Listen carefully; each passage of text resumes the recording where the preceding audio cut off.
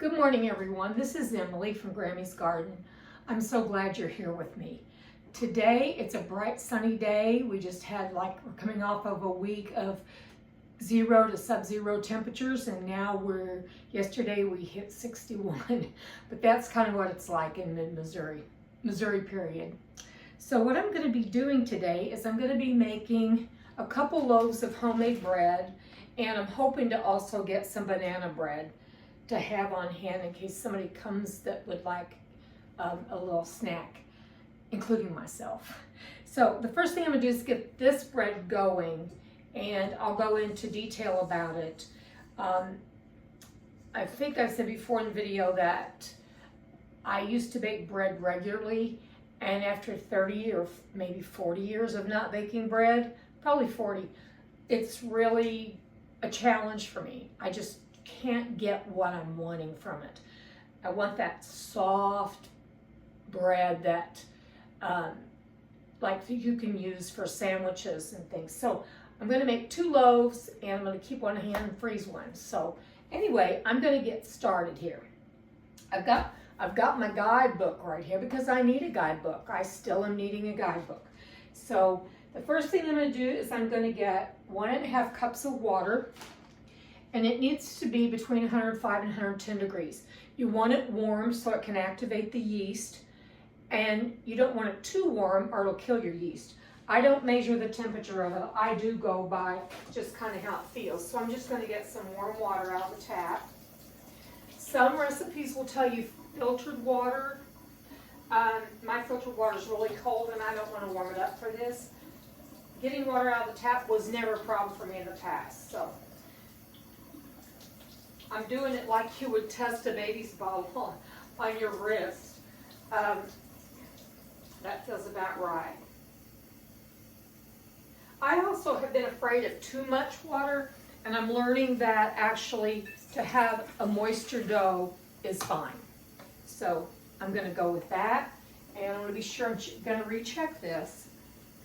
To the 1.5 cups of warm water, I'm putting a whole container, and one of these packets that you get, I've got some large bulky amount, but I'm afraid it's not going to be any good to use anymore. So this equals the 2 1/4 teaspoons that this recipe calls for. So I'm going to put that in there, and I'm going to proof it or test it. Now I just purchased this like a week or 2 ago, so it should be fine. And there will be an expiration date on these that you can refer to. Mine is like in 26, so we're good to go. Put this in the trash, and I'm going to stir it around a little bit, and I'm using honey today instead of sugar, and that'll feed the yeast and get it off to a really good start.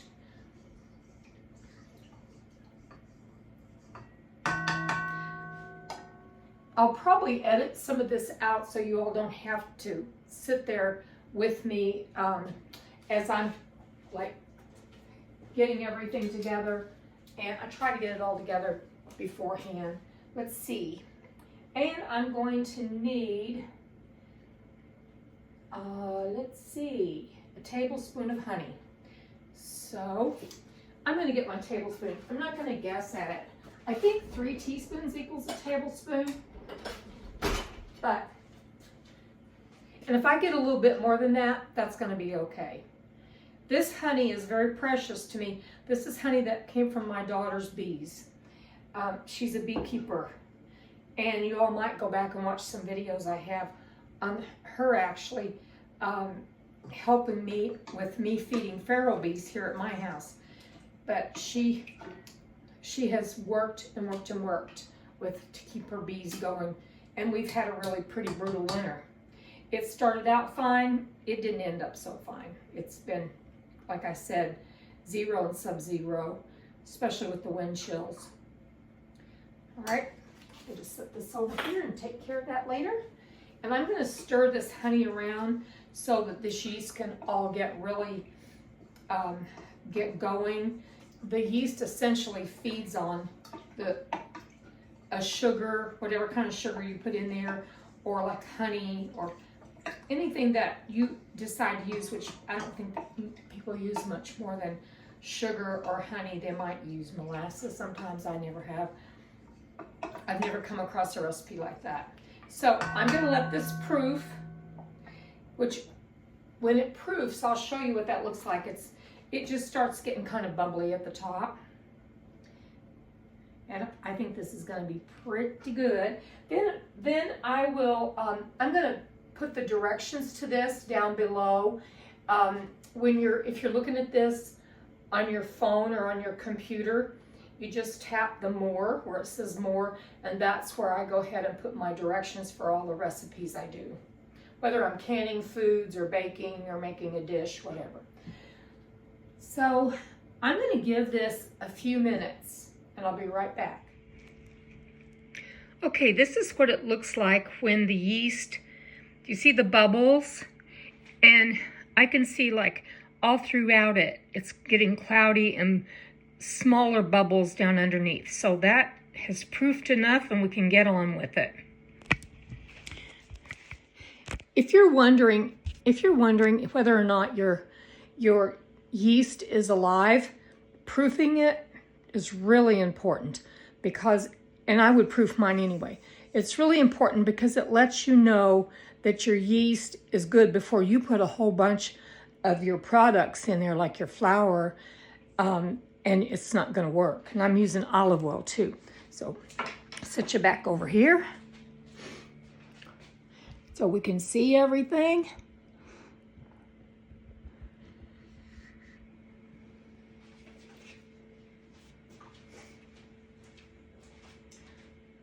Okay, we're good to go.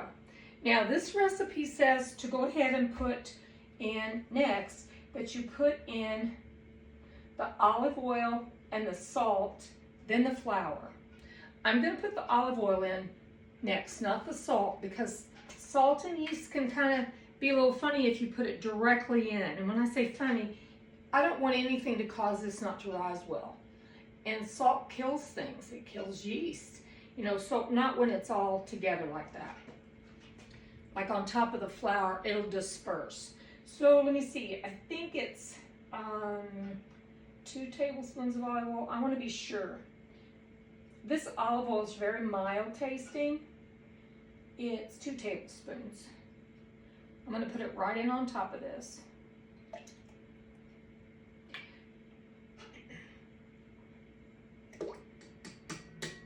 Okay, I'm going to leave this out because I'm going to oil the dough whenever I let it start rising.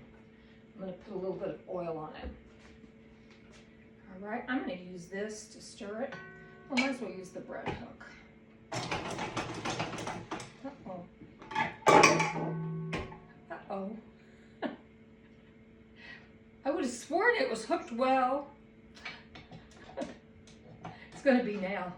There we go.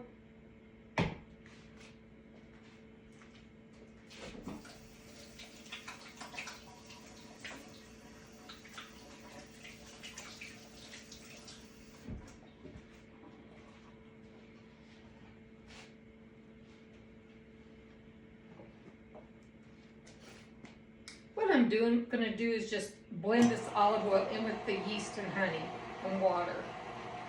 I'm not going to whip it hard or anything like that. I just want it kind of to start incorporating a little bit. That's good enough.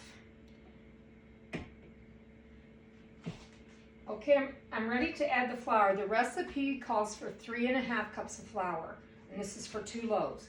However, you don't need the whole 3½ cups. 3 cups is what I'm going to need. Whenever I get a sack of flour at the store, I bring it home and I put it in my freezer for 24 hours. And that way I'm sure that there's nothing in there that shouldn't be in there. I'm talking about like in the way of larvae. It's pretty gross, right? But it could happen. So, like a little teeny eggs. So what I'm going to go ahead and do is measure this out. And I'm going to put the 3 cups in and start with that. And the recipe really indicates that's the best thing to do. And what I do with my flour is I bring it in from the freezer, and I put it in a large Ziploc type bag. This is a hefty bag. And I bring it in and I store it in that, and it's really easy for me to just roll it down and put it away. It's not very bulky at all. And with just me, there's not a reason for me to buy like 25 pounds or 50 pounds of flour at a time. I've usually got flour on hand in the freezer in case I don't have enough. Now I'm fluffing it up because I don't use a scale. I'm not to that point yet.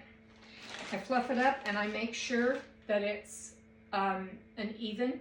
And I've got a knife here that if I thought it was too much, I could scrape it off. I'm gonna know what this bread needs by working with it. Like, does it need more or does it need less? It's much easier to put less flour than to try to add water. So there's 1 cup. I think I'm gonna have just about enough in this. I've got more in this little island. 2 cups.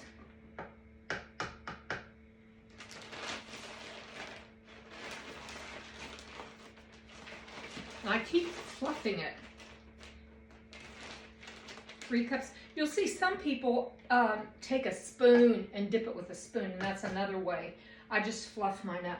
Now I'm going to put the 1/2 cup out that I'm going to use. I'm going to use this if I need a little extra whenever I'm kneading it. And I'm going to let the machine knead it for a while, but I am going to do some hand kneading on it. I kind of enjoy it. If any of you are in my age group, I'll be 76 in a couple weeks. You might have some arthritis in your hands like I do in my thumbs. And kneading for the full 8 to 10 minutes isn't that pleasant for me. I do it, but it's not that pleasant. Okay, so I'm going to mix this up. And I want to get it well mixed before I say, okay, I'm all done. I'm going to set this over there.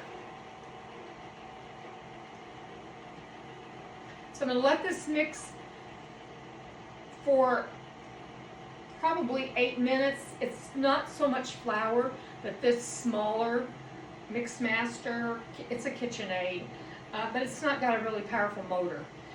And this isn't going to really cause it a lot of trouble, so I'm going to let it do most of the kneading for me. I'm letting the machine knead this for about 6 to 7 minutes. I did have to add more flour. I went back and checked. I did add an additional full 1/2 cup to this, making it a total of 4 cups of flour, and that includes the flour that I turned the dough out to do the kneading on. One thing that I've read is that it depends on how moist your house is, the moisture in the air. Even though it's extremely dry, it's been very dry in my house, and I have a humidifier going.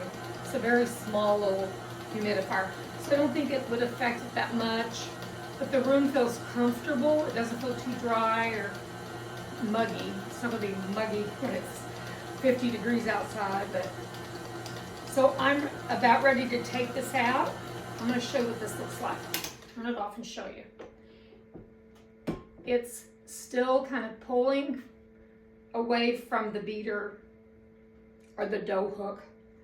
But my alternatives are 2 things. I can let it be a little more. I'm not going to add any more flour. I've made up my mind. If this doesn't work, it doesn't work. But I'm not adding any more flour. I want a light, fluffy dough. And the more flour I add over what the recipe actually indicated, then it's not going to be a good bread. So I'm going to let this go ahead. I'm going to give it a couple more minutes and see if it kind of starts pulling together. And then I'm going to flour this, and I'm going to knead some by hand because I want to feel it. I want to see what it feels like. So my hands are always washed. They're washed too much probably. But I'm going to go ahead and do that. I'm going to turn this up just a bit. And then once I have kneaded it, I'm going to let this dough rest and rise. And it'll help the gluten formation. I'm going to also then, once it's risen the first time, which it says like 1 to 2 hours, and I'll just keep coming back to it for the video. But I'm gonna go ahead and let it do that till it rises. I'll show you that good rise. I'm gonna let you see me do some kneading too. It's starting to look a little more like I want it to, but it's not 100% there. Everything's well incorporated. I think I'm gonna go ahead and give it a go. If this fails, you all can see what maybe I've done wrong, but I am following the recipe exactly. So I'm gonna turn this off, turn it out, and when I start kneading it, we'll be right back. I wanna show you what this dough looks like now. What I'm gonna do is I'm just gonna take my hands and pull it away and form it into a ball and put it out here and knead it. So we'll go ahead and do that, and I'll show you some of that process. For some reason, kneading dough is kind of a fun thing for me. I don't know why. Like I said, if you have problems with your hands, it can not be so good. One thing that I've learned is instead of adding flour to my hands, like this gooey mess I've got right now, this is what you call a shaggy dough, is to add water if you need to. Set this over here and get going at it. See, it can stay in a ball, but I want to see something more out of this. And it wouldn't stay in a nice ball, it'd fall apart. So I sprinkled a little bit of flour on this, and I've got some extra if I need it. But I've already added enough flour. Y'all can tell I'm afraid of too much flour with this. Now I can tell that this dough is going to work okay. All that moisture is not a bad thing. And it did knead quite a while, but I'm going to knead it a little bit more. I just pick it up, tuck it, and pull it. I was reading this morning, one woman said she just picks hers up and does that, and it gets any big air bubbles out of it, but there's no air bubbles in this. And I've never really used that. I make felting things. I felt with wool, and whenever I do like I do pictures out of it, landscapes, and when I do that, I throw the wool against the table I'm working on because that causes those fibers to tighten up. With this, it's helping with the gluten formation. And when it rests, it'll help those kind of start getting not so, see how that'll just rip? I want it where it'll really stretch. I'm gonna put just a little more flour. I gotta remember that it's actually using my hands and working this that's gonna help this problem, not adding more flour each time. So I promise this is my last addition of flour. And hopefully when you make it, if you make this bread, just know that it's going to be a really wet dough. But I'm going to be real honest with you, once that we've baked this, whether or not I think this is a good bread recipe. So you won't waste your time on that. But I'd like for you to join me while I'm doing this. I don't look at it as wasting my time. I'm learning, again, to do bread. And some of us can't always stand for all that amount of time. And my mixer just doesn't have a lot of power. It just doesn't. This is some sticky dough. I'm gonna keep working with it. I watch a YouTube video that I just love. If y'all have ever seen Homesteading with the Zimmermans. And she talks about keeping your hands wet.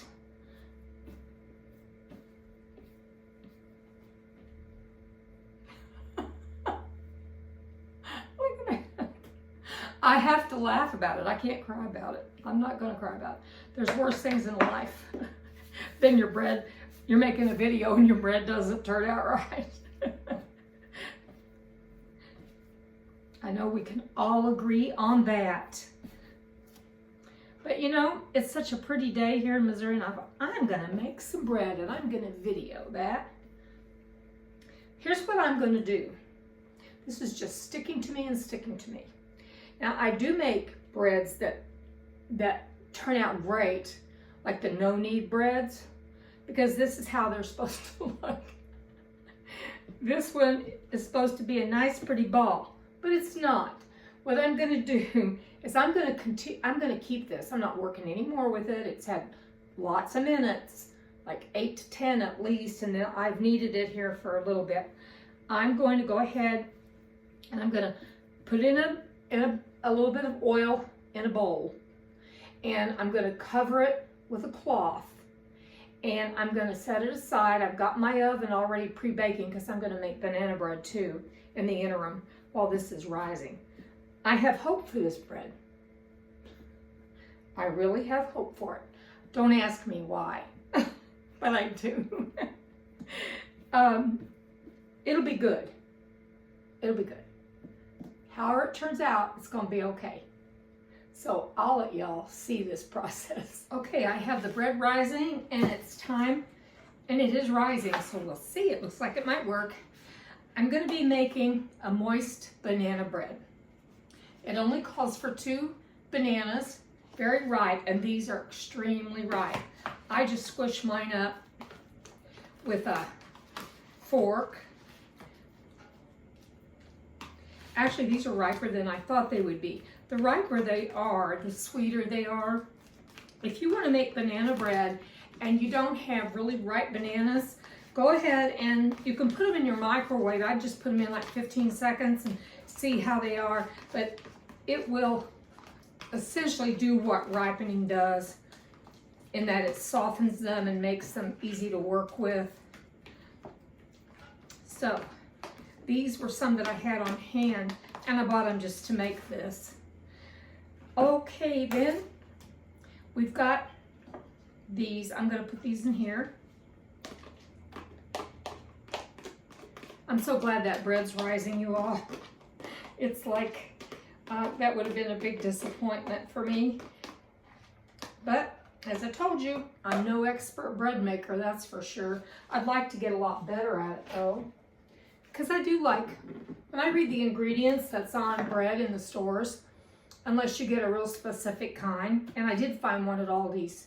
It's called something Sprouts. Everything's really great for you in it. But I like homemade bread too, so I want some of that on hand.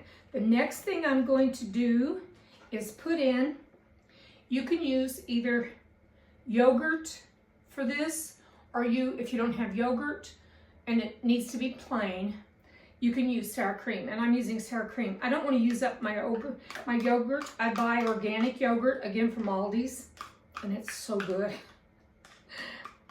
I love it because I can add honey to it or my homemade granola to it, and I've got that recipe out there if y'all want to check that recipe for the homemade granola. So I'm using the sour cream because it gave that as one of the things you could use in place of yogurt. And the next thing up is a 1/2 cup of butter, which is 1 stick. Now for me, I'm used to creaming the sugar, which is brown sugar in this case, and the butter together, but that's not the way this recipe called for it. So it would probably be just as good to do it one way as the other. I've got my pan over there ready. And this, even though I had it at room temperature overnight, this butter, it was still a little bit too firm to just whisk it up with this. And I do have my hand mixer here in case I need it. But I took it and put it in the microwave for 8 seconds. And it didn't melt it, it just gave it a really good consistency, like this is just whipping up great. So that worked. Now the next thing I'm going to add is, I want to add the egg. 1 room temp egg. I didn't have it at room temp, so I put it in a thing of really warm water, a cup of really warm water, and it got it going. It came up to what I would call room temperature. So far we're getting all these soft ingredients together. And I am going to beat it with the mixer here in a minute. I'm just doing this to get it blended well. This is going to taste good for me. And I think it's 1 teaspoon of vanilla. Yeah, I just use the lid. That's how my mom always did it. And one of these days, soon, I need to be making some vanilla because I have the vanilla beans. And my son gave me, I'm going to put it in vodka, and he gave me that to go ahead and mix that up and let it be making. It takes it about 4 to 6 months to have a great vanilla. Then you can take the vanilla beans out and use them for other things, like split them open and scrape the pasty bean part out and flavor a vanilla cake. Okay, next thing up is going to be, we have the banana, the sour cream. We're ready to start once I get the sugar part in, we're ready to start with our dry ingredients. So I got a tiny bowl, but I happen to know this bowl works for this. So the next thing up is, I think it's 3/4 cup. It says brown or white sugar. Sometimes I'll mix it when it says that. But the last banana bread I made, I wasn't happy with it. So there's a 1/4. This is a 1/4 cup. Yep. And I think that brown sugar in this kind of bread just lends something to it. So I'm always checking myself again. There's another. And I'm pressing them down a little bit in here, but not too much. Okay, there we are. Also, I make my own brown sugar sometimes, but whenever I'm at Aldi's, I just go ahead and buy it. It's so inexpensive and I like it fine. Okay, I'm going to beat this and then I'm going to add our flour and our leavening agents. And I'm going to put pecans in it. It doesn't call for pecans, but it said you could put chocolate chips or pecans, one or the other, or walnuts. And I don't have any walnuts right now. Unfortunately, a whole bag of walnuts was rancid that I bought. And I'm talking a big bag. It's so frustrating when that happens. It's like, and it was in another town, a bigger town, because I'd gone to like one of those big warehouse stores, you know, and the walnuts were rancid. Now there's little bits of butter that I see in here. That's okay. It's okay because when it melts as it's baking, it's going to maybe even be better that way. All right, then I'm going to put the flour in, and then I'm going to put the leavening agents. So the flour is 1½ cups, I do believe, 1½ cups of flour. I'm going to put it all in at once. This is going to be able to handle it. And I'm going to put the leavening agents, and let me tell you what they are. I've got them all in this little bowl. It takes 1 teaspoon of baking soda, 1 teaspoon of baking powder, and ½ teaspoon of salt. And that's what I have here. Put it all together. So everything is in there, the recipe calls for, but the pecans I'm going to add at the last. I've got my baking pan ready, the loaf pan. I did put some parchment paper in it, so I can just lift this right out, because I'm going to use that pan to put my bread in later. And I really can't wait till this comes out. I'm ready for coffee. It's mid-morning, but I'm ready for coffee and a piece of something like this.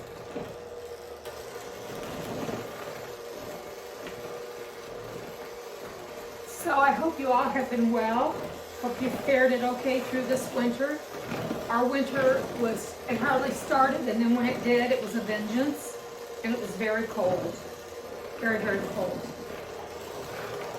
And when you're a beekeeper, as my daughter is, that's hard. She had them wrapped in a really heavy-duty insulation, and she she was disappointed with her results, I'll tell you that. Because the winter just kind of overcame it. One of her hives did fine. I just want to be sure particularly all the leavening agents are mixed well. I don't want to bite into a piece that tastes like baking powder or baking soda. Okay, we've got everything in it. Next up is, I'm doing it by hand, is pecans, and I'm putting it in the oven. And I wish you all would be here with me and you could just have yourselves a nice piece of banana bread and a cup of coffee if you like coffee. So I chopped my pecans ahead of time. Some of them are whole, I see, as I dumped them in. I don't care about that. I think I've told you all that I'm not the best baker in the world. I don't really enjoy baking that much. I enjoy the results of it. So when I make cookies, a lot of times I'll put like a dozen or half a dozen of the dough in the freezer of the individual little cookie lumps, cookies to be. Okay, I'm gonna put this, it's all incorporated, and I'm gonna put this into my loaf pan. Get rid of this, we're all done. 350 degrees, it said check it after 50 minutes. Everybody's ovens are different, and mine's really different. It tends to be like kind of the heat's not dispersed evenly. One part's hotter than the other, and I'll rotate stuff because of that. And I don't have this oil. This is a non-stick pan, but I went ahead and followed what the recipe said. It said to just put some parchment in there. And that way I can just lift it out, and it may need a little bit of a wash before I put my sandwich bread in it. So y'all, I'm going to get this in the oven, and I'll show it to you when it comes out, and I'll slice a piece. Now, one thing that I've learned, let's switch back to the sandwich bread. With breads such as that, yeast breads like that you're making, if you're going to be slicing the bread, one of the best tastes for me is homemade bread with butter on it, melting on it, right out of the oven. Well, I heard someone who bakes a lot of bread say the other day that you don't want to do that. You want to, I mean, you do it if you want to, right? But it will make your loaf where you can't really use it very well for sandwich bread. And that's because it'll squish it down, and the inside of it might even be a little hollow. Because the bread, once it's taken out and it's sitting on a rack or wherever you put it to cool, get it out of the pan and let it cool. You don't want to cut it immediately because it sits there and it steams, and that imparts moisture to all of it. So you have a real nice, soft, with a chew bread. So, here we go. I always like to do this, get ready for a noise, and then I put it in the oven. So we're going in for 50 minutes, I'll check it, and then I always put a toothpick, it's just, I'm a creature of habit, and I check it out, and we'll see how it ends up. So, this looks like it's gonna work. The other bread looks like it's gonna work too. So I'll be back. Okay, I just got this out of the oven. This is the banana bread. It was about 50 minutes. I'm just lifting it out. See how much that helps, having it like that? And I'm gonna put it on a cooling rack. Ooh, it's good. It is good. I got a little corner there. I'm gonna set it over here, and I'm gonna get my other bread ready. I first wanna wash this container. And then my bread's about risen enough. The yeast bread or sandwich bread has risen just about enough for me to go ahead and start shaping it into loaves and let it rise again in the loaf pan. Here's my dough. It's pretty, isn't it? It's doing better than I thought. There's a big bubble I need to get out. It's doubled in size. So I'm gonna just punch it down, not real hard. I'm gonna turn it on itself a few times, which is kind of a way of kneading it. I want y'all to see what I'm doing. Just turning it on itself to get all the bubbles out. It feels like a nice dough. I'm so happy. We'll see when it's finished, right? So, what I'm gonna do now, I want just a little bit of flour here, not much. And I'm gonna put it there, and I'm going to back you up where you can see. I need to back you up even more. Okay, I'm gonna just knead this bread, and I don't have to knead it hard. I'm just gonna kind of turn it on itself. That gets all those bubbles out. That's what I'm wanting to do. Just turn and turn and turn. Do you see how I'm just picking up a piece and turning it? And then I'm picking up a piece and I'm turning it. So that's a little bit different than kneading, but I'm trying this to see what I think about it. And I just do that a little bit more. Just turn it and tuck it. Turn it and tuck it. And there, I'm happy with this. I'm happy with that. It's a nice bread. Nice yeast.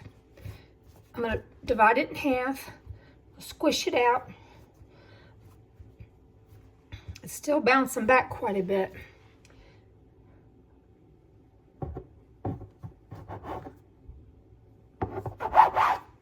I'm a little off there. I need to add a little more to that. Okay, I'll put this one here. And here's what I'm going to do now.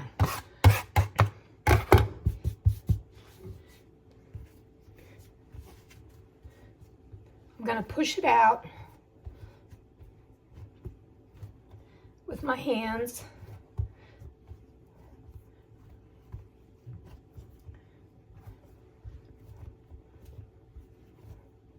Because I'm wanting to get it to where I can shape it into a loaf, which isn't really that hard. I could do it even without taking this much time with it, but I really want my breads to start being what I call, oh, that's good.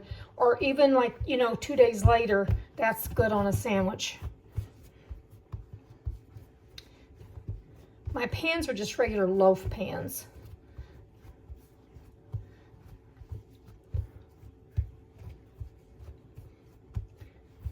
It's pretty bouncy. Some stuff's still working in there. It's almost like the gluten's not quite like I want it yet. So I'm gonna bring this over. I'm gonna bring this over. I'm gonna bring this up, kind of tuck it. Bring this up and kind of tuck it. Turn it over. And I'm gonna set it in a loaf pan. And I'm gonna cover it with towels again. Now again, I'm gonna want this to rise, and that looks pretty puny. We'll see how it goes. I'm gonna want it to rise till it's above this. I want it to be above the edge. So it's got some growing to do. Come on, guy, you can do it. You can do it. Okay, next up.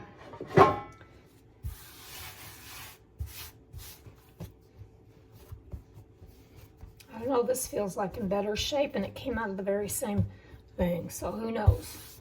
Who knows? It's a mystery, and it's a science, actually. And they've baked bread forever, but you know, the easiest bread for me is the no-knead bread. It has not failed. And as I said, I've got a video of that in a playlist. It's on my channel, at Grammy's Garden. Grammys Garden. And I'm gonna, before I put it in the oven, I'm gonna, once it's risen, I'm going to brush it with a beaten egg, and on one loaf I might sprinkle on some everything bagel seasoning I have, because I think that would be a nice little treat that I might slice and put in the fridge or in the freezer. And when my kids come, I'll pull that out and we can enjoy that. Okay, I'm just folding it over. I'm going to bring this up. Bring this up. Some people just tuck it under. I really want to master sourdough bread. That's the one I want to master more than any. And I tried to do a sourdough starter here and I failed. I think I overthought it, which can happen. Okay, in this goes into this one, and I'll set them over here and let them rise. And then, folks, let me say hello. And then, folks, we'll be back for our final show. Okay, everybody, the breads are done. The banana nut bread was delicious. I had a half a piece already. Really moist. I think that adding that sour cream, or if you had yogurt on hand, either one, like I said, a yogurt that doesn't have anything added to it, no sugar, no sweetener, just plain yogurt. But I used sour cream and it was great. The other thing that I just have done is just taken the bread out of the oven, and I'm going to set this down. I've got everything here ready to cool it, but I wanted to show you that I used my thermometer and I just checked the bread, and it's measuring right now 198 degrees, but it was at 206. So it's definitely ready to come out. It didn't rise as much as I would have liked, but it smells great. And I think it's a really pretty loaf. Let me show you here. I think it's a pretty loaf. It's gonna be flatter than I want. Oh, it's nice and soft. I did an egg wash on the top, and I should have shown you that on the camera, but all you have to do is I just beat up an egg and just do a light washing of it over that and then put it in the oven. So this was in for about 25 minutes, and I'll set it down here and I'm going to turn it out. If I can get this to sit down right. So, as I said, I'm not going to cut into this. It almost looks like a ciabatta, but it's not. And I'm not sure, I probably should have given it more time, but whenever I tested it to see whether or not it was done, it looked like it was ready, you know, after the second rise, it was ready. It seemed to be totally ready, and I thought that I might lose it, period, if I didn't go ahead and bake it. So I'm going to be happy with that. And let me get the other bread, or I'll just bring it over and show it to you. I'll just show it to you. Here's the other one. Looks like a mouse has been in it, doesn't it? Look how moist that is. It's just so moist. I have to quit eating it. I had a half a piece, but I also had lunch. So that's a pretty good accomplishment for me today. 2 loaves of bread and a loaf of banana bread. And it's so good. So you'll have a wonderful day. Hope to see you soon, and I hope you enjoyed this. If you've never seen my channel, check out some of the other videos and see if it's something you'd like. My primary focus is garden, but life and canning foods and preserving foods. And also, I have my seeds starting, and I have got the seeds started for my cabbage and my broccoli. I haven't got the cauliflower going yet.